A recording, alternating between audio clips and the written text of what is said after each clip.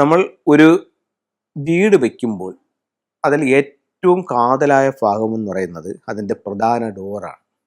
ആ ഡോറ് നമുക്ക് ഏത് ഭാഗത്ത് എങ്ങനെ വയ്ക്കാം എന്നുള്ളതാണ്.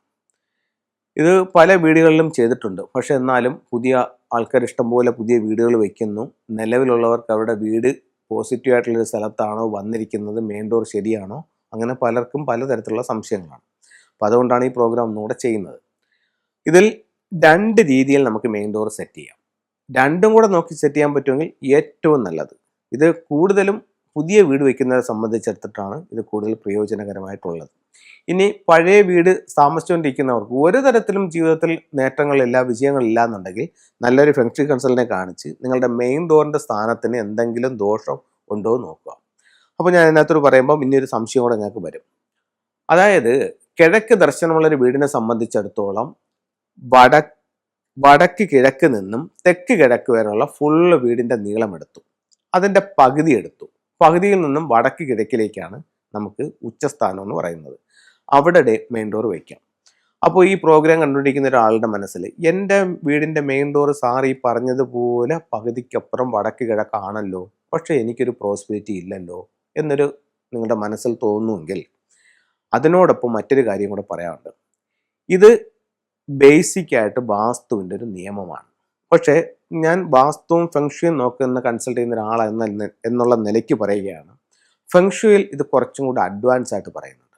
അതായത് നിങ്ങളുടെ വീട് പണി കഴിപ്പിച്ച കാലഘട്ടവും നിങ്ങളുടെ വീടിൻ്റെ ഫേസ് ഡിഗ്രിയും കൂടെ വെച്ചിട്ട് ഇതിൽ ഒരു ഫ്ലൈങ് സ്റ്റാറിൻ്റെ ഒരു കണക്കുണ്ട്.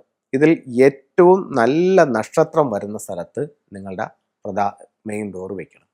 ഉദാഹരണത്തിന് 2004-നും 2024-നും ഇടയ്ക്ക് പണി കഴിപ്പിച്ച കിഴക്ക് ദർശനമുള്ളൊരു വീടിനെ സംബന്ധിച്ചിടത്തോളം ഈ വടക്ക് കിഴക്ക് ഭാഗത്ത്, എല്ലാ വീടിനല്ല, ചില കണക്കുകളിൽ വടക്ക് കിഴക്ക് ഭാഗത്തിരിക്കുന്ന മെയിൻ ഡോറിനേക്കാൾ ഗുണം കിഴക്ക് ഭാഗത്തിരിക്കുന്ന മെയിൻ ഡോറിന് കിട്ടും.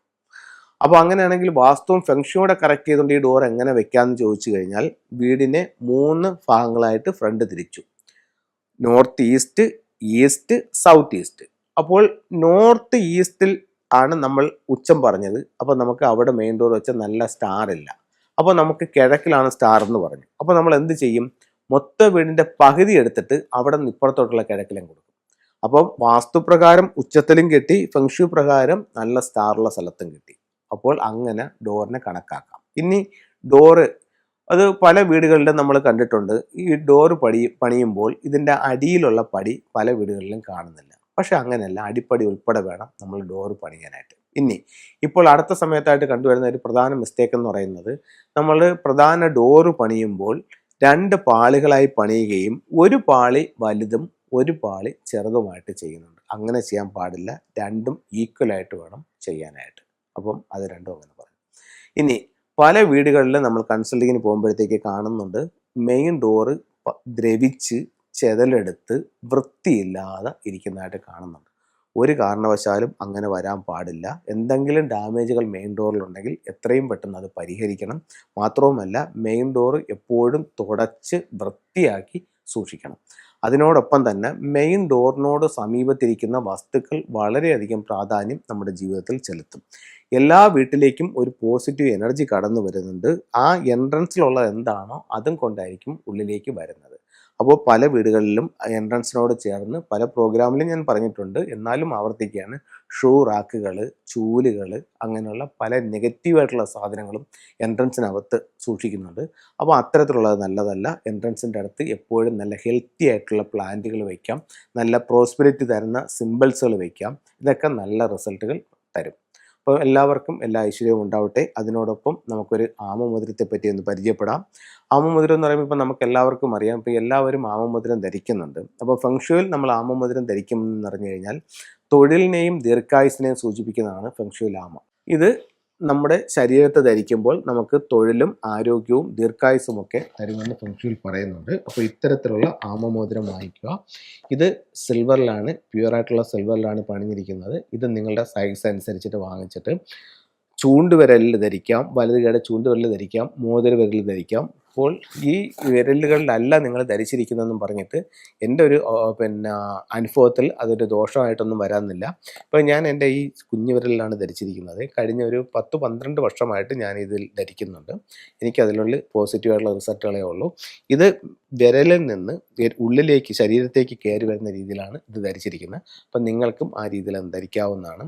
അപ്പോൾ ആമയ്ക്കകത്ത് ഇത്രയും പ്രാധാന്യം ഫെങ്ഷുയിൽ എങ്ങനെ വന്നു ആമയെന്ന് ചോദിച്ചു കഴിഞ്ഞാൽ, ചൈനീസിൽ ഒരു രാജാവ് നിർമ്മാണ പ്രവർത്തനങ്ങളുമായിട്ട് മഞ്ഞ നദിക്കരയിൽ നിൽക്കുമ്പോൾ ഭീമാകാരമായ ഒരു ആമ കരയിലേക്ക് കയറി വന്നെന്നും ആമയുടെ തോടിന് പുറത്ത് ചെറിയ ചെറിയ ഡോട്ടുകൾ ഉണ്ടായിരുന്നെന്നും, ഒരു സ്ഥലത്ത് 1 ഡോട്ട്, ഒരു സ്ഥലത്ത് 2 ഡോട്ട്, ഒരു സ്ഥലത്ത് 3 ഡോട്ട്. അപ്പോൾ അത് യഥാക്രമം നമ്മൾ അതിനെ ഒന്ന് ക്രോഡീകരിച്ച് കൂട്ടുമ്പോൾ എങ്ങനെ കൂട്ടിയാലും 15 വരുന്ന രീതിയിലാണ് ആ ഡോട്ടുകൾ അതിൽ ഉണ്ടായിരുന്നെന്നും അതിലെന്തോ ഒരു സയൻസ് ഉണ്ടെന്ന് മനസ്സിലാക്കി അതിനെ ഡെവലപ്പ് ചെയ്തിട്ടാണ് അവരുടെ ഐച്ചിങ് എന്ന് പറയുന്ന ഒരു ഗ്രന്ഥവും അതുപോലെ തന്നെ കുംഫു, ഫെങ്ഷുയി, അക്കുപഞ്ചർ എല്ലാം ഇതിൽ നിന്നിട്ട് വന്നിട്ടുള്ളതാണെന്ന് പറയുന്നു. അപ്പോൾ ആമയ്ക്ക് അത്രത്തോളം പ്രാധാന്യമുണ്ട്. നിങ്ങൾക്കെല്ലാം ഇതൊന്ന് ഉപയോഗിച്ച് നോക്കാവുന്നതാണ്. എല്ലാവർക്കും എല്ലാ ഐശ്വര്യങ്ങളും ഉണ്ടാവട്ടെ എന്ന് പ്രാർത്ഥിച്ചുകൊണ്ട് നിർത്തുന്നു. നന്ദി, നമസ്തേ.